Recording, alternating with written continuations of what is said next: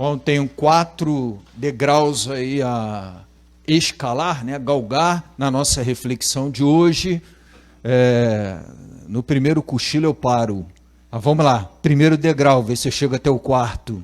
É a gente entender que há uma diferença entre o que celebramos hoje, a ascensão de Jesus, com SC, e o que se celebra no dia 15 de agosto, que é a Assunção de Nossa Senhora, ou dia de Nossa Senhora da Glória, de Nossa Senhora da Vitória, com 2 S's. A diferença entre Ascensão e Assunção, eu penso que seja o primeiro degrau catequético, para a gente compreender a diferença entre uma coisa e outra. A diferença principal está no caráter passivo da Assunção e ativo da Ascensão. Quando celebramos a Assunção de Nossa Senhora, é correto dizer que Nossa Senhora foi elevada ao céu, por ter sido o corpo, casa do Filho de Deus no mundo, por 9 meses, dada a dignidade deste corpo, ele não conheceu a corrupção como nosso corpo conhece. E por isso ele foi elevado aos céus.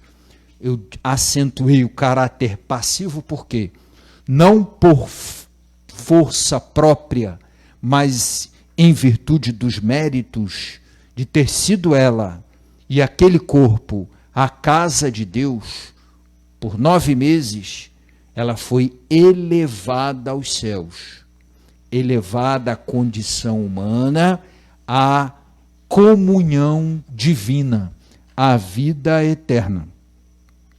O que nós celebramos hoje é a ascensão com SC de Jesus, não tem um caráter passivo de quem foi elevada, mas quem se elevou. Por isso a gente cantou, né?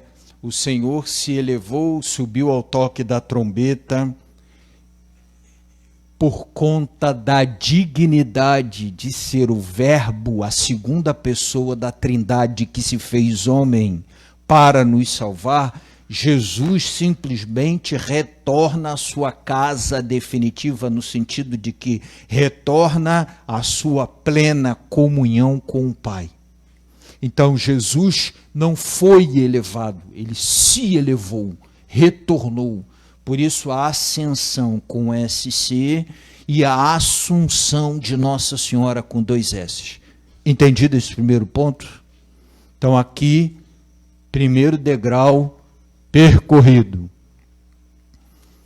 Segundo degrau é entender como geralmente se faz, como a gente já deve ter escutado em muitas reflexões no dia de hoje, à luz do mistério de Jesus, vou falar um pouquinho tecnicamente, é a gente entender a ascensão de maneira cristológica, ou seja, à luz, tendo como chave de leitura o mistério, a história, a vida de Jesus. O que significa a ascensão? A ascensão significa o retorno de Jesus ao Pai. Isso está evidenciado na primeira leitura de hoje, dos Atos dos Apóstolos, onde Lucas, que é o autor do livro dos Atos dos Apóstolos, tendo a oportunidade de relatar ainda no seu evangelho, porque Lucas escreveu um evangelho, o terceiro evangelho, este retorno de Jesus ao Pai, Lucas deixou para o livro dos Atos dos Apóstolos, que narra os primeiros passos da igreja, da vida da igreja. Lucas então narra que o Senhor estava com os discípulos e se elevou à vista deles. Quando Jesus se fez homem, a gente celebra isso no Natal, o nascimento de Jesus. Teologicamente a gente chama encarnação do Verbo, a segunda pessoa da Santíssima Trindade assume nossa carne, a encarnação, ele se faz homem para salvar os homens. Quando Jesus assume a nossa carne, ele traz para a nossa condição humana uma novidade. Ou seja, um humano verdadeiro, como era Jesus, também é verdadeiro Deus. Então ele traz uma dignidade completamente nova para a condição humana, uma participação completamente nova para a condição humana, uma esperança completamente nova para a condição humana, que é a possibilidade de uma comunhão com o Pai. Hoje nós celebramos então o retorno de Jesus, anunciado por ele mesmo ao Pai. E ao retornar, Jesus então também introduz lá, junto de Deus, na eternidade, algo que é completamente novo, que é a condição humana de Jesus, que era verdadeiro Deus e verdadeiro homem, passa agora a fazer parte da intimidade, da comunhão divina. Nos textos de hoje, no prefácio, que é aquele texto ali que próximo do santo, parte da missa é chamada prefácio, está dito lá essa comunhão de dons entre o céu e a terra. Então é interessante que a gente entenda, quando olha para a cristologia, que a ascensão de Jesus fecha um ciclo interessante, que começa com Jesus se fazendo homem, e finalmente Jesus levando a humanidade para junto do Pai. Por isso, a oração coleta da missa de hoje, que é aquela oração, oremos antes da palavra de Deus, está dito assim, ó, a ascensão de Jesus já é a nossa vitória. Ou seja, já é uma antecipação daquilo que é nosso destino. O olhar à luz do mistério de Jesus para a ascensão é ser capaz de compreender que Jesus foi preparar para a gente um lugar, que Jesus tornou possível, viável, um endereço que seja possível para os homens, a casa do Pai. A casa do Pai dele deixou de ser só a casa do Filho único do Pai, mas passou a ser a casa de todos os filhos, nós adotados pelo Pai no Filho, Jesus. Entendemos? De modo que Jesus foi preparar um lugar, e aí essa mesma oração coleta diz que na esperança nós já vivemos isso. Nós estamos nesse mundo, estamos ainda vivos, ainda no nosso corpo mortal, mas na esperança nós já temos aquela consciência de que, como o Padre Zezinho cantou há muito tempo, né? Por escutar uma voz que disse que faltava gente para semear. Aí lá no refrão tem assim, sou cidadão do infinito, do infinito, do infinito. Nós, eu, você, eu sou, você é cidadão do infinito. Como eu observei no ato penitencial, aquele endereço onde geralmente você preenche, que é o lugar onde você mora, aquele é o seu lugar de morada provisória. Mas a sua casa, no sentido pleno de permanência, de morada definitiva, é o céu.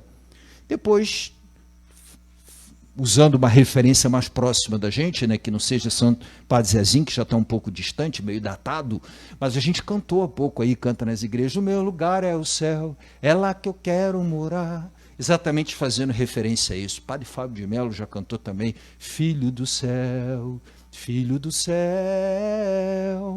para dizer que a gente é do céu e para o céu, aqui peregrinos, de passagem, e passa rápido mesmo, mas a gente veio e vai voltar para o Pai. Esse é o primeiro ponto interessante da nossa reflexão, cujas os corolários, né, as conclusões são as seguintes, que a gente tenha presente, que a gente deve, enquanto peregrinos deste mundo, viver de acordo com os valores da nossa casa definitiva. Como filhos de peixe, peixinho é, né? Então, entendendo que como filhos do Pai do céu, que a gente tem um modo de viver, uma maneira de ser família, uma maneira de ser ligada exatamente àquela casa definitiva, à paternidade que nós estamos ali a ela associados. Essa é a reflexão que geralmente se faz nesse dia. Todo mundo entendeu? Que é a leitura cristológica do mistério da ascensão de Jesus. Todos entenderam? Segundo degrau subido. Vamos ao terceiro degrau, que eu acho interessante, que é, se você observar com carinho, a segunda leitura de hoje já sugere uma outra coisa.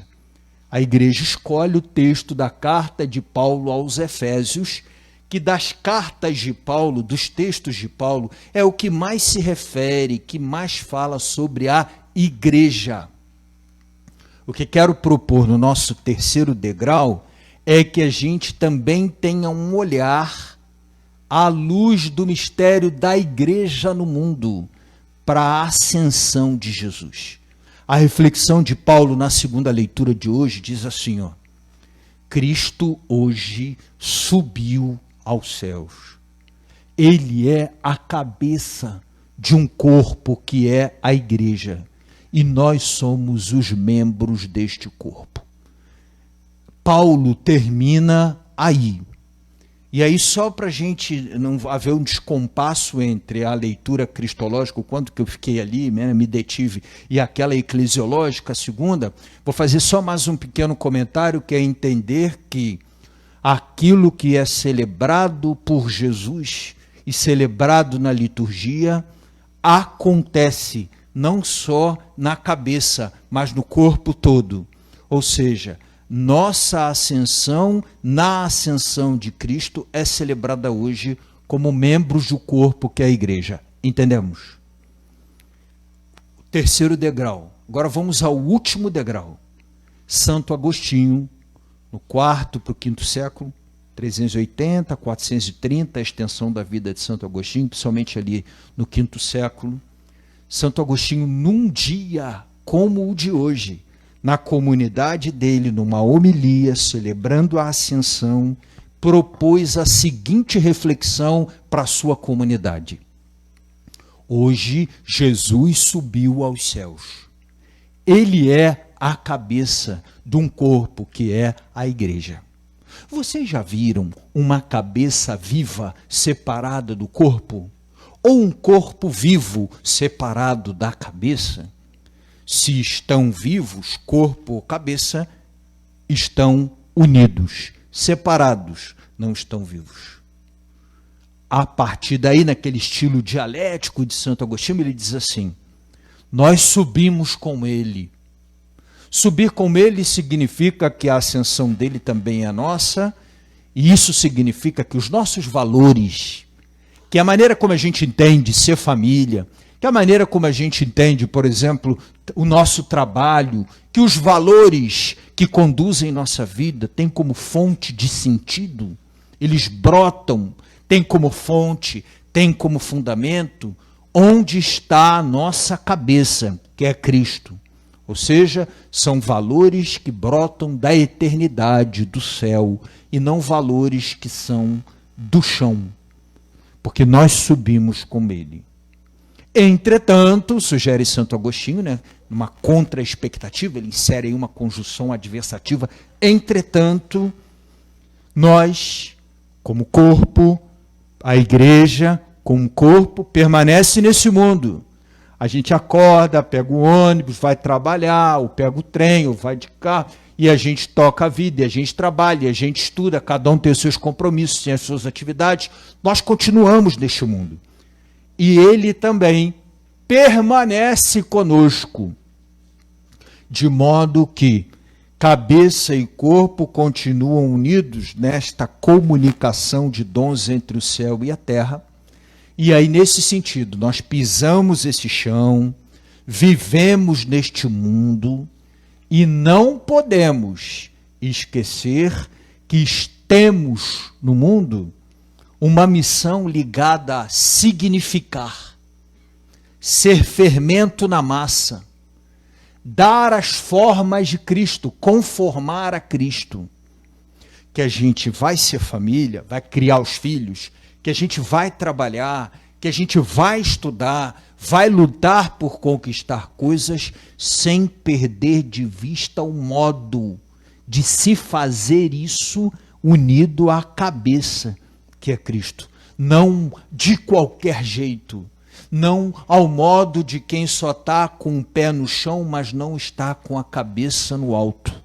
Mas a gente faz isso à luz da nossa fé, ligados à cabeça que é Cristo, como membros de um corpo que é a igreja, do qual Cristo é a cabeça.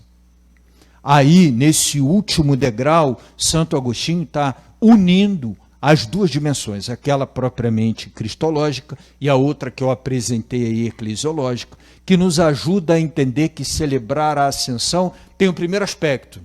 Jesus retorna ao Pai e a gente volta com ele. Mas a gente não cede à tentação de Pedro, por exemplo, quando Pedro subiu o Tabor, que ele experimentou aquela tranquilidade do Tabor, a teofania, Jesus se manifestando, ele disse, vamos ficar aqui, deixa a turma lá embaixo se desgraçando, eles que resolvam as coisas deles, aqui está muito bom, vamos fazer uma tenda para ti, outra para Moisés, outra para Elias, de ficar por aqui. E Jesus sequer respondeu, nem se deu ao trabalho de responder, e convidou Pedro a descer. Descer significa, ali naquele momento, não ceder a essa tentação de uma espiritualidade de quem não tem o pé neste mundo, que não está fincada, o pé não está fincado no chão neste mundo, de quem reza, mas é uma peste, de quem dedica um tempo grande à oração ou está muito pela igreja, mas que isso propriamente não se ramifica pela vida, de modo a transformar todas as estruturas que são tocadas por mim, a minha família, o meu ambiente de trabalho, as amizades, o relacionamento, devem ser transformados, porque exatamente como fundamento eu tenho o fato de eu estar ligado à cabeça que é Cristo, e também a consciência de estar com o pé neste mundo, então lutando para significar, para fermentar,